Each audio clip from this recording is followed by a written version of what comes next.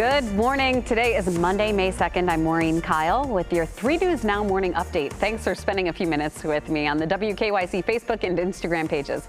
And we start with Holly for a check of today's forecast. How's it looking? Well, Maureen, it's looking pretty typical as we get into the new month, and we're talking a mix of clouds and sun. We're clearly seeing more overcast skies than anything else initially today. We'll end up upper 50s, low 60s. We start to see a little more clearing later in the day, but what's really noticeable is as we get into your Tuesday, we start to track some rain, and we'll get a couple of waves. Initially, with our warm front, we'll see some scattered showers live through tomorrow morning, and then the cold front comes at us later in the day. So by 6, 7, 8 o'clock tomorrow evening, we'll have scattered showers, thunderstorms. Some of those could be stronger, and as we do take into play what that does to our numbers, it's pretty noticeable that by the time we're getting into Wednesday, it's a little cooler again. Temperatures will end up in the upper 50s for highs, but it's brief. In fact, at least we are talking about a much more seasonal week overall, with highs in the 60s more or less. Mother's Day weekend coming up, that's a big one.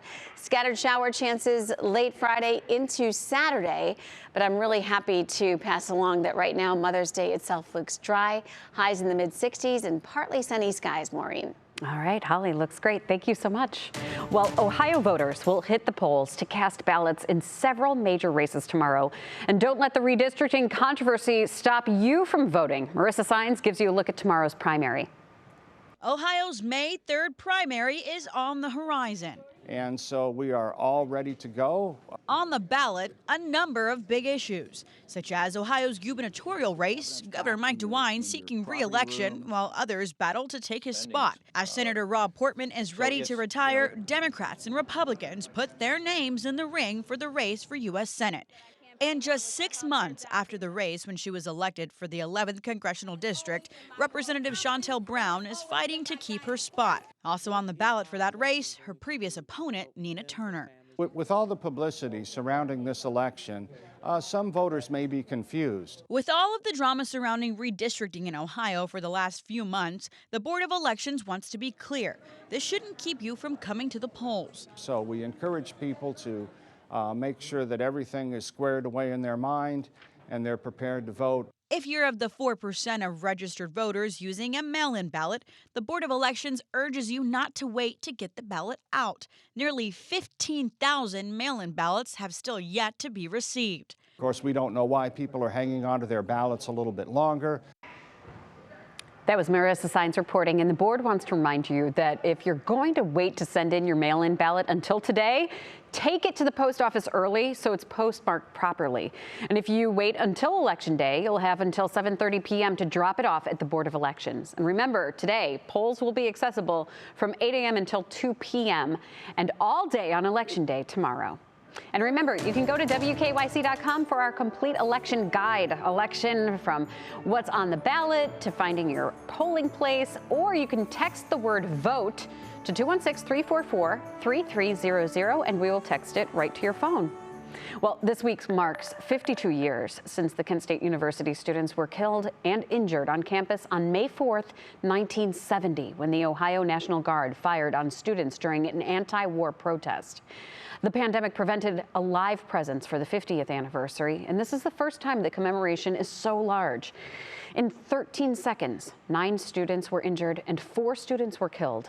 Allison Krause, Jeffrey Miller, William Schroeder, and Sandra Scheuer lost their lives that day. Kent State University's current president, Todd Diacon, is a historian and says education on this day is vital. So we really have both an opportunity and really a responsibility to teach those lessons at Kent State. Remembrances for the day will happen all week long, including an invitation to gather on Wednesday to commemorate the anniversary of the shooting and to also remember the victims killed and those injured. The event will also be live streamed. All right, well, here are 3 other local headlines that we're following, and we start in Lorain, where police are looking for a suspect in a deadly shooting on the city's west side. There's a warrant out for the arrest of 24-year-old Joshua Martinez. He's wanted in connection with the shooting death of a man on West 12th and Oberlin Avenue around 9 p.m. Saturday night. Police say Martinez should be considered armed and dangerous. If you know anything, please call Lorain Police. Cuyahoga County Sheriff Christopher Viland is resigning from office after 1 year on the job. A county spokesperson released a statement thanking him for his service. A reason for his resignation was not given other than calling it personal. Viland will leave the job at the end of May. Today, a historic swearing-in ceremony for Gigi Traore, the new mayor of Newburgh Heights. She is the village's first black mayor in its 118-year history. Traore steps into the position following a resignation of former mayor Trevor Elkins, who pleaded guilty to campaign finance charges. Cleveland's annual Book Week is getting a boost. A National Endowment for the Arts grant will allow the event to expand its scope and create a citywide celebration of writing and books. Award-winning author Walter Mosley will be the keynote speaker during the September events, which will focus on social justice programming. You can learn more at litcleveland.org. And check this out, fan voting for this year's Rock and Roll Hall of Fame induction ceremony is now closed.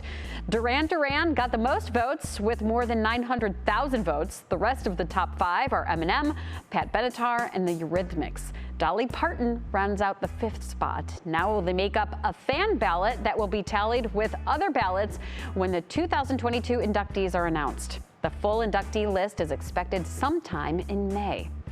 All right, thank you so much for joining me for this 3 News Now morning update. Our digital team will continue to bring you stories making headlines around Northeast Ohio and the world. Make sure you continue to check our social media pages and WKYC.com throughout the day. I'm Maureen Kyle. I'll see you tomorrow morning on Go starting at 4:30 a.m. Have a great day.